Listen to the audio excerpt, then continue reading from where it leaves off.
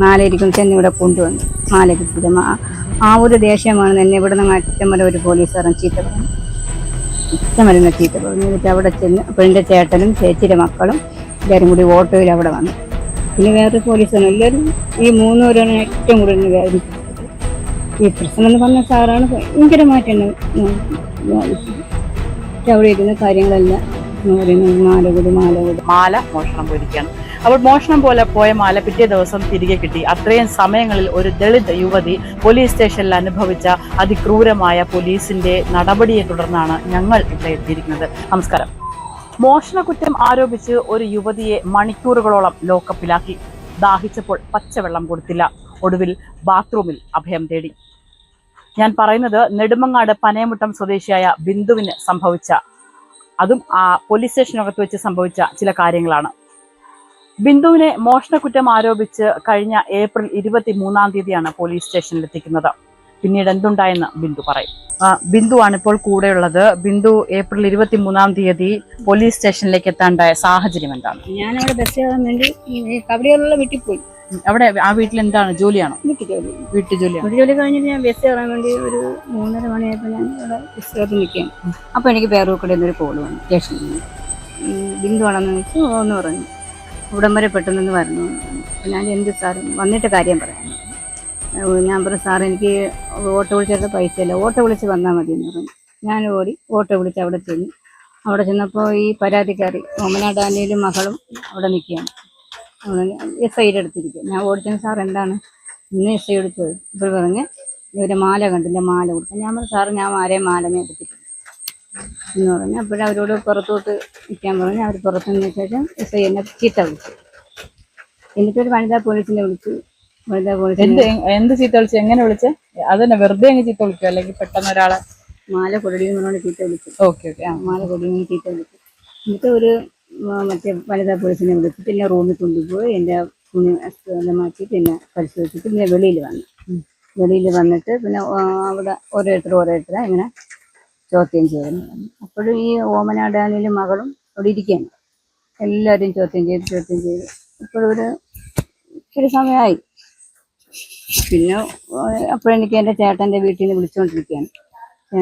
4 മണിയായി 5 മണി 5:30 എന്നെ കാണാത്തതുകൊണ്ട് ചേട്ടൻ വിളിക്കും. അപ്പം ഞാൻ പറഞ്ഞു സാർ എൻ്റെ വീട്ടിൽ ഒരു കോള് ചെയ്യണം. എൻ്റെ ചേട്ടൻ ഞാൻ ഇവിടെയാണെന്ന് മാത്രം പറഞ്ഞാൽ മതി. പക്ഷെ അവർ വീടുമായി ബന്ധപ്പെടാൻ അവർ സമ്മതിച്ചില്ല. കോളെടുത്ത് ഒരു കോള് ചെയ്യാൻ പറഞ്ഞിട്ട് പോലും അവർ ചെയ്തില്ല എന്ന് പറഞ്ഞിട്ട് ഞാൻ അവിടെ ഇരുന്നു. എന്നിട്ട് വീണ്ടും എന്നെ റൂമിൽ കൊണ്ടുപോയി പിന്നെ പരിശോധിച്ചു. എന്നിട്ട് ഇനി ഓപ്പണായിട്ട് അവിടെ കൊണ്ടുവന്ന് ഇരുത്തിയിട്ട് വീണ്ടും ഓരോരുത്തരെ അങ്ങോട്ട് ചോദ്യം ചെയ്യുന്നു. ഞാൻ പറഞ്ഞു സാറ് ഞാൻ ആരെയും മാല എടുത്തിട്ടില്ല, മാല കൊടി എന്നല്ലാതെ വേറെ ഒന്നും അവർ പറയുന്നില്ല. നമ്മൾ സാറിന് മാല ഞാൻ എടുത്തിട്ടില്ല, ഞാൻ ജോലിക്ക് പോയിട്ട് വന്നതാണ് എന്ന് പറഞ്ഞിട്ട് ഒരു മാല കൊടി എന്നല്ലാതെ വേറെ ഒന്നും അവർ പറയുന്നില്ല. എന്നിട്ട് ഒരു 8 മണിയൊക്കെ ആയപ്പോൾ എന്നെ ഇവിടെ കൊണ്ടുവന്നു. എങ്ങനെയാണ് പോലീസിന്റെ അകമ്പടിയോടെ നിങ്ങളെ കൊണ്ടുവന്നു? SI എന്നെ വീട്ടിൽ എന്നെ ഇവിടെ കൊണ്ടുവന്നു. നിങ്ങളുടെ മക്കളും എല്ലാവരും കുടുംബം എല്ലാവരും ഉള്ളപ്പോഴാണ് ഇവിടെ കൊണ്ടുവന്നത്. അപ്പോഴേ വീട്ടുകാരെൻ്റെ ചേട്ടൻ അങ്ങോട്ട് ഓടണം ഇങ്ങോട്ട് ഓടണം. ചേച്ചിയുടെ മക്കളും എല്ലാവരും അങ്ങോട്ടും ഇങ്ങോട്ടും ഓട്ടം. എന്നെ കാണാത്തത് ഓടുകയാണ്. അപ്പോഴും ഒരു 8 മണിയൊക്കെ ആയപ്പോൾ പിന്നെ ഈ പരാതിക്കാരുടെ കാറിൽ ഇനി ഇവിടെ കൊണ്ടുവന്നു. അവർ യൂണിഫോത്തിലല്ല വന്നത്, യൂണിഫോത്തിന് വേറെ കളർ ഡ്രസ്സ് ഇട്ടാണ് വന്നത്. ഇവിടെ കൊണ്ടുവന്നു. ഇതെല്ലാം പരിശോധിച്ചിട്ട് മാല കിട്ടിയില്ല. മാലയിരിക്കും ചെന്ന് ഇവിടെ കൊണ്ടുവന്നു. മാല കിട്ടിയില്ല. ആ ഒരു ദേഷ്യമാണ് എന്നെ ഇവിടെ നിന്ന് അറ്റം വരെ ഒരു പോലീസുകാരൻ ചീത്ത പറഞ്ഞു. ചീത്ത പറഞ്ഞു. എന്നിട്ട് അവിടെ ചെന്ന് അപ്പോൾ എൻ്റെ ചേട്ടനും ചേച്ചിയുടെ മക്കളും എല്ലാവരും കൂടി ഓട്ടോയിൽ അവിടെ വന്നു. എൻ്റെ കാറിൻ്റെ ബാക്കേ ഓട്ടോയിൽ അവിടെ വന്നിട്ട് എന്നെ കാണാനോ സംസാരിക്കാനോ അവർ സമ്മതിച്ചില്ല. എൻ്റെ ചേച്ചിയുടെ മക്കളെയും എൻ്റെ ഭർത്താവിനെയും CA പ്രസിഡന്റ് എന്ന് പറയുന്ന സാറ് ചീത്ത പറഞ്ഞ് ഓട്ടിക്കുകയാണ് ചെയ്തത്. എന്നിട്ട് കാപ്പി വാങ്ങിച്ചിട്ട് പോലും എനിക്ക് തരാൻ ഒരു സമ്മതിച്ചില്ല. വെള്ളം ചോദിച്ചിട്ടും തന്നില്ല, ഒന്നും തന്നില്ല. അന്നത്തെ ദിവസം എനിക്ക് ഭക്ഷണവും തന്നിട്ടില്ല, ഒന്നും തന്നിട്ടില്ല. ആ കവടിയാറുള്ള വീട്ടിൽ നിന്ന് കഴിച്ചല്ലാതെ ഒന്നും ഞാൻ കഴിച്ചിട്ടില്ല. പിറ്റേന്ന് ഒരു 8 മണിയൊക്കെ ആയപ്പോൾ അന്ന് രാത്രി തന്നെ ഒരു ചോദ്യം ചെയ്തു. ഒരു വനിത ഉണ്ടായിരുന്നു, പിന്നെ മറ്റേ CA പ്രസിഡന്റ് എന്ന് പറഞ്ഞ സാറും ഉണ്ടായിരുന്നു. വെളുപ്പിന് 3:30 വരെ എന്നെ ചോദ്യം ചെയ്തു. മാല കൊടു അല്ലെങ്കിൽ രാത്രി അതുവരെ നിങ്ങൾക്ക് പച്ചവെള്ളം തന്നില്ല, ആഹാരവും തന്നില്ല. ഒന്നും തന്നില്ല. ഒന്നും തന്നില്ല, ആഹാരമായിട്ട് വെള്ളമൊന്നും എനിക്ക് തന്നിട്ടില്ല. എന്നിട്ട് ഒരു ചോദ്യം ചെയ്തു, ഒരു ചോദ്യം ചെയ്തു. എന്നിട്ട് ഞാൻ അവിടെ ഇരുന്നു, കസേരയിലിരുന്നു. പിന്നീട് എനിക്ക് ഉറക്കം വന്നെന്ന് പറഞ്ഞപ്പോൾ അവിടെ പേപ്പർ വിരിച്ചു തന്നു, കടയിൽ പേപ്പറിൽ കിടക്കാം. കിടന്നിട്ട് ഉറങ്ങാൻ സമ്മതിച്ചില്ല. ബിന്ദുവിന് അന്ന് ഉറങ്ങി. അവിടെ നിന്ന് വീണ്ടും ഇങ്ങനെ ചോദ്യം ചെയ്യും. ആ പ്രസന്ന എന്ന് പറഞ്ഞ സാറാണ് ഏറ്റവും കൂടുതൽ എന്നെ വേദനിപ്പിച്ചത്. പിന്നെ വേറെ പോലീസാണ്. എല്ലാവരും ഈ മൂന്നുപേരാണ് ഏറ്റവും കൂടുതൽ എന്നെ വേദനിപ്പിച്ചിട്ടുള്ളത്. ഈ പ്രസന്ന എന്ന് പറഞ്ഞ സാറാണ് ഭയങ്കരമായിട്ട് എന്നെ ബാധിച്ചത്. പക്ഷെ അവിടെ ഇരുന്ന കാര്യങ്ങളെല്ലാം എന്ന് പറയുന്ന ഒരു മാല കൂട് നിലവിൽ ഇപ്പോൾ ആ മാലയുടെ സ്റ്റാറ്റസ് എന്താണ്? ശരിക്കും ആ മാല നിങ്ങൾക്ക് കിട്ടിയോ, വീണ്ടും കിട്ടാൻ സാധിച്ചോ? എന്താണ് ഇപ്പൊ ആ മാലയുടെ ആ ഒരു അവസ്ഥ? മോഷണം പോയ മുതലിന്റെ അവസ്ഥ എന്താണ്? കിട്ടിയോ മാല? അങ്ങനെ അവര് പിറ്റേന്ന് രാവിലെ ഒരു 7 മണിയൊക്കെ ഈ ഓമന അണ്ടാനയിലും മകളും സ്റ്റേഷനിൽ വരികയും SI ആയിട്ട് സംസാരിക്കുകയും ചെയ്തിട്ട് കുറച്ച് കഴിഞ്ഞപ്പോൾ എന്നെ വിളിച്ചിട്ട് പറഞ്ഞു, ബിന്ദുവിന് പോവാം, ബിന്ദുവിന് എനിക്ക് പരാതിയില്ല.